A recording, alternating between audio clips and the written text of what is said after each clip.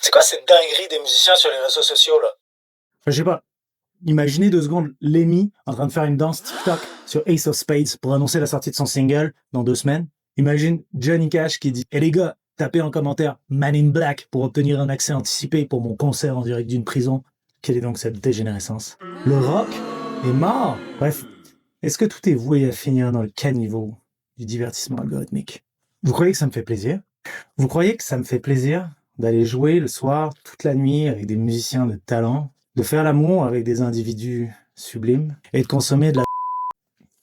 C'est pas le script. Alors, ce que je voulais dire, c'est je me suis jamais dit enfant, alors que la musique, déjà, c'était la chose la plus importante qui puisse être pour moi, que j'allais devenir vidéaste.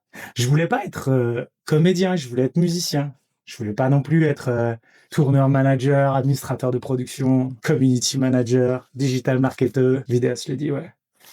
Enfin non, je voulais être musicien en fait. Alors plutôt que de culpabiliser des artistes qui courent après une technologie qui cherchent qu'à piller leur boulot parce que le stade de l'exploitation, on l'a bien dépassé depuis. C'est pourquoi est-ce que je fais ça? Pourquoi on fait ça? Peut-être que pour le public, payer 15 € pour avoir quasi toute la musique enregistrée de l'histoire de l'humanité, c'est rien de plus qu'une bonne aubaine.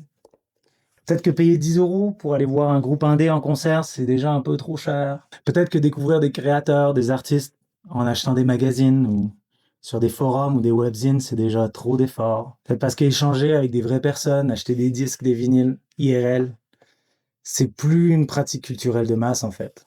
En fait, simplement parce que aujourd'hui, la plupart des gens, ils ont accepté de laisser l'algorithme décider pour eux ce qu'ils allaient écouter et les abreuver en continu de musique sans avoir à choisir. Bref, j'ai pas demandé l'avènement de ce star system là, algorithmé comme on dit. Mais si je veux exister tel que je suis, ben j'ai pas d'autre choix vraiment. Alors là, j'exige rien de personne, encore moins de gens pour qui économiquement c'est difficile, je sais de quoi je parle. Tout ce que je veux dire, c'est que plutôt que de se prendre la tête entre nous sur un passé fantasmé ou à minima sur un passé définitivement révolu, est-ce qu'on pourrait pas se poser collectivement cette question? Est-ce que choisir, c'est déjà trop d'efforts? Ou autrement dit, quel est le prix de notre liberté? C'est pas révolutionnaire, là, je sais.